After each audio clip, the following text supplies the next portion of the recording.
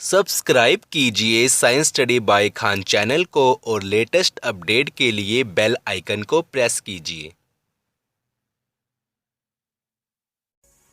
Hello everyone, तो आज हम बात करने वाले हैं civil services examination means CSC.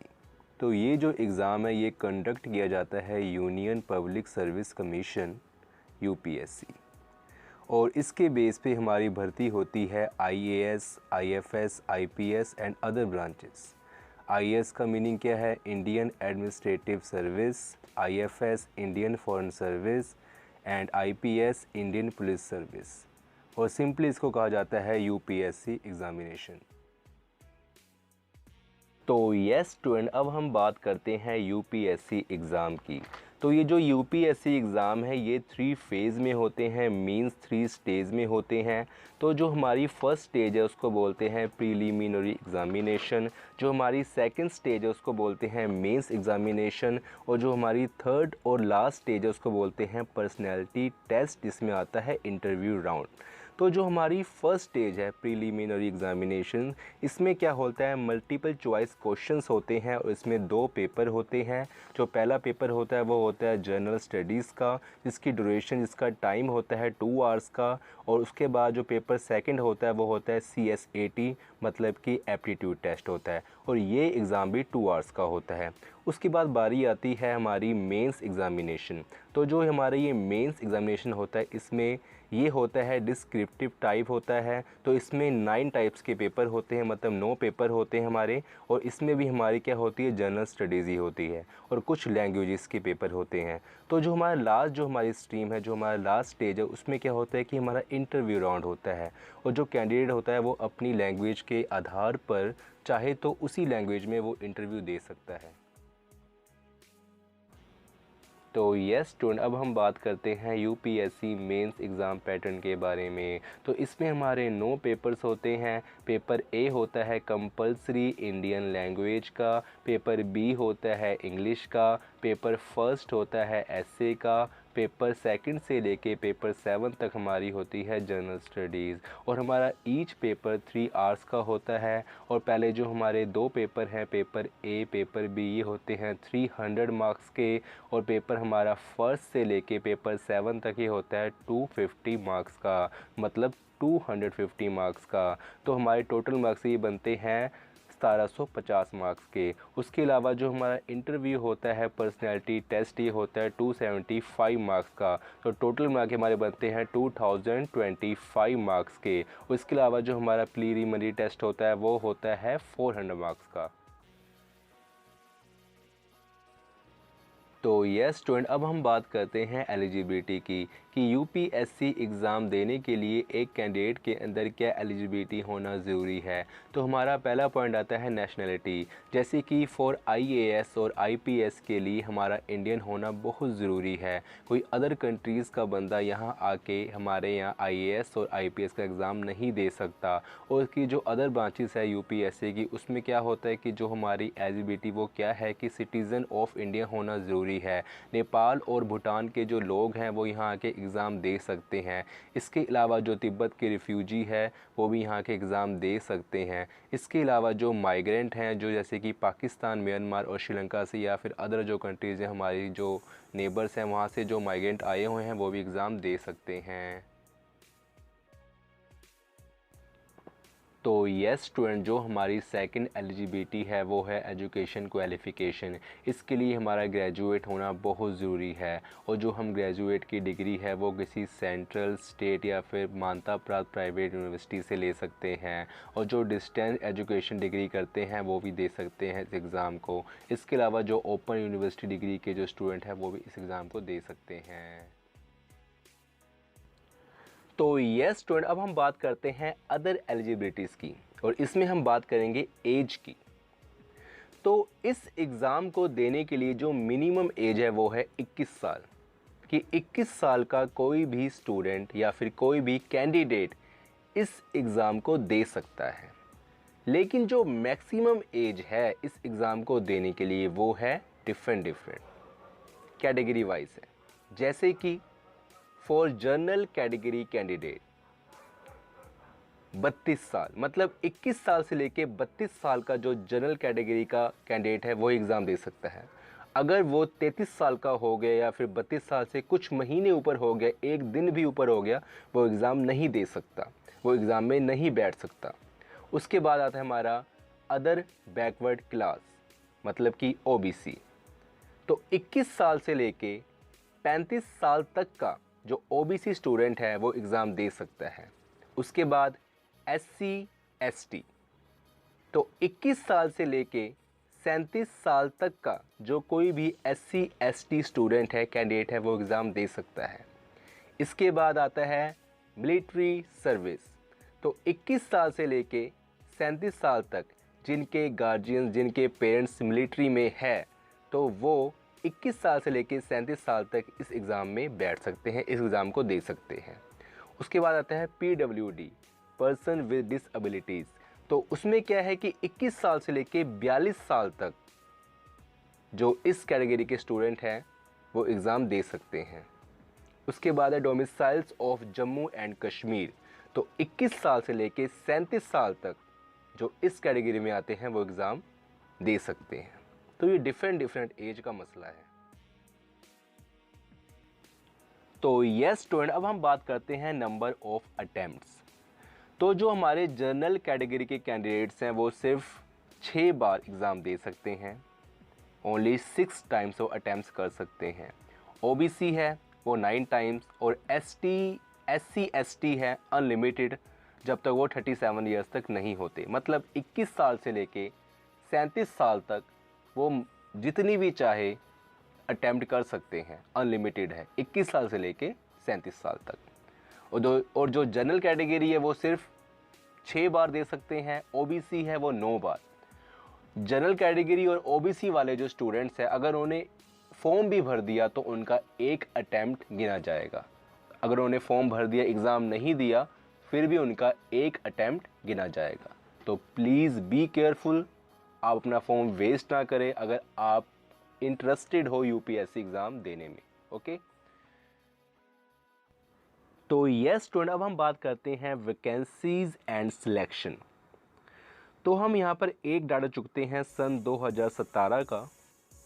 तो अप्रोक्सीमेटली 10 लाख बच्चों ने अप्लाई किया यहाँ पर प्रीलिम्स के लिए।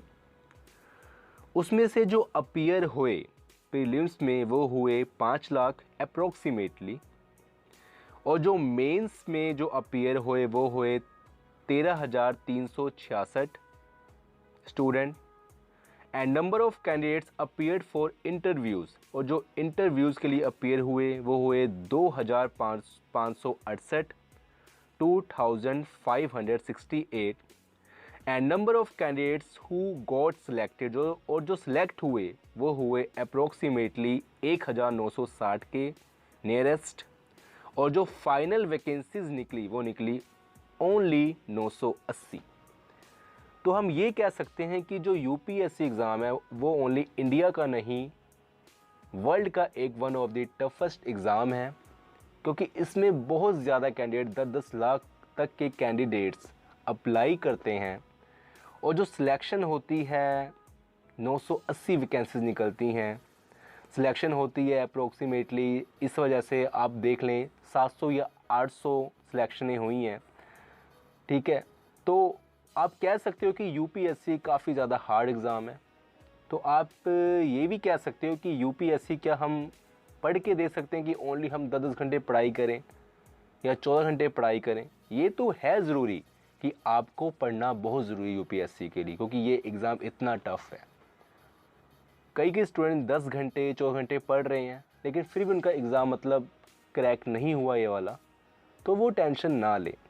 अब मान लो कि 100% बच्चों ने एग्ज़ाम दिया, उसमें से 40% या 60% बच्चे उन्होंने ऐसे ही कहते ना मजाक में आके उन्होंने पेपर दे दिया, वो सीरियस नहीं थे।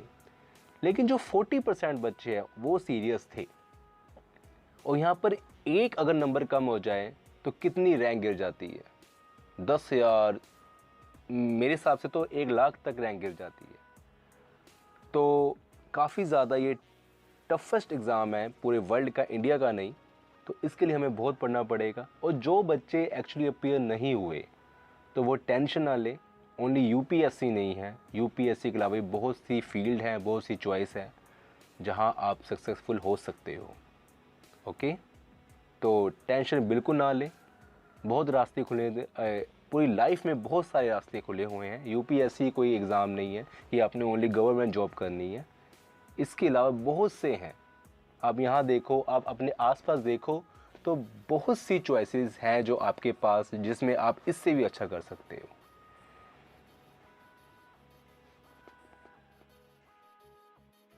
तो यस स्टूडेंट, अब हम बात करते हैं कट ऑफ की, कि यूपीएससी एग्ज़ामिनेशन में कितनी कट ऑफ जाती है।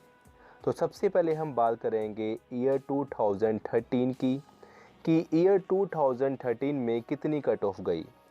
तो ईयर 2013 में जनरल कैटेगरी के लिए for prelims 241, for mains 564।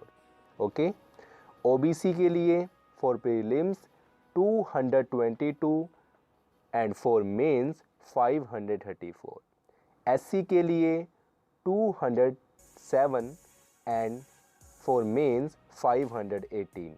ST के लिए 201 एंड फॉर मेंस 510। और अदर्स हैं पर्सन विद डिसेबिलिटीज़, उनके लिए भी डिफरेंट हैं। अब हम बात करते हैं 2017 में कितनी कट ऑफ गई।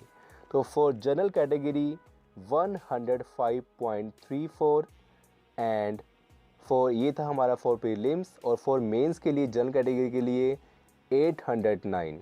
OBC for prelims 102.66 and for mains 770। SC के लिए for prelims 88.66, for mains 756 and ST के लिए 88.66 एंड एसटी के लिए फॉर मेंस 749। तो यस स्टूडेंट, अब हम बात करते हैं रिजर्वेशन के बारे में, कि हमारी कंट्री में जितने भी एग्ज़ाम हैं, जितने भी अदारे हैं, वहाँ पर हमारी cut off, attempts, even date age limit जो है वो सारा बेस्ड है रिजर्वेशन के ऊपर। मैं रिजर्वेशन के अगेंस्ट नहीं हूँ, लेकिन मेरे हिसाब से जो रिजर्वेशन उन लोगों को मिलना चाहिए जिनको इसकी ज़रूरत है। मैं ये नहीं कह रहा कि जिन लोगों को अभी मिला हुआ रिजर्वेशन उनको ज़रूरत नहीं है, लेकिन बहुत से लोग उनमें भी ऐसे होंगे जिनकी कंडीशंस अच्छी होगी। या फिर आप ये कह सकते हो कि 70 साल पहले जो उनको रिजर्वेशन मिला, आज उनकी कंडीशन ठीक हो गई हो, उनके जो पूर्वज थे उनको जो रिजर्वेशन मिला है, आज जो उनकी आगे की जो जनरेशन पीढ़ी है, जो प्रेजेंट है, उनकी जो हालत वो ठीक हो गई हो। और ऐसे भी तो हो सकता है जो जनरल कैटेगरी है, उसका कोई स्टूडेंट है, कैंडिडेट है, उसके घर की हालत ठीक नहीं हो, तो आप ये भी देख सकते हैं। तो मेरे हिसाब से जो ये रिजर्वेशन है, इसको तो बिल्कुल हटा देना चाहिए, और इसका फ़ायदा उन लोगों को देना चाहिए कि जिनको इसकी ज़रूरत है, चाहे वो एससी हो, एसटी हो, जर्नल हो, ओबीसी हो, या फिर कुछ भी हो। इवन डेट चाहे बेशक वो मुस्लिम हो, हिंदू हो, सिख हो, ईसाई हो, कोई भी हो। तो मतलब किसी के बेस पे नहीं होना चाहिए कि ये एससी है, एसटी है। जिनको इसकी ज़रूरत है उसको जो लाभ है रिजर्वेशन का वो मिलना चाहिए, चाहे वो किसी भी मज़हब से आता हो, किसी भी धर्म से आता हो, और किसी भी कैटेगरी से आता हो। क्योंकि जो रिजर्वेशन है, जो आज का दौर चल रहा है, इसकी वजह से जो टैलेंट है वो कहीं रह जाता है पीछे। कि जो बच्चे जिनमें टैलेंट है, जिनके मार्क्स भी ज़्यादा आते हैं, वो पढ़ते हैं, वो पीछे रह जाते हैं। क्यों? ये सिर्फ रिजर्वेशन की वजह से। तो मैं अगेंस्ट नहीं हूँ, जो हालात हैं रिजर्वेशन के, मैं उसके ऊपर बात कर रहा हूँ। मैं ये नहीं कहता कि किसका रिजर्वेशन हटा लो, वो हटा लो, मैं अगेंस्ट नहीं हूँ। अगर मुझसे बोलने में कुछ गलती हुई हो तो आई एम सो सॉरी, लेकिन मैं अगेंस्ट नहीं हूँ इसके। बस मैं ये चाहता हूँ कि जिन लोगों को इसकी ज़रूरत है असल में, उन लोगों को मिले। तो आई होप कि आपको जो ये लेक्चर है वो अच्छा लगा होगा, और अगर आपको ये लेक्चर अच्छा लगा हो तो प्लीज़ इस वीडियो को लाइक करें, शेयर करें और हमारे चैनल को सब्सक्राइब करें। फिर मिलते हैं नेक्स्ट लेक्चर में एक न्यू टॉपिक के साथ। तब तक के लिए अपना ख्याल रखना। Take care. अल्लाह हाफिज़।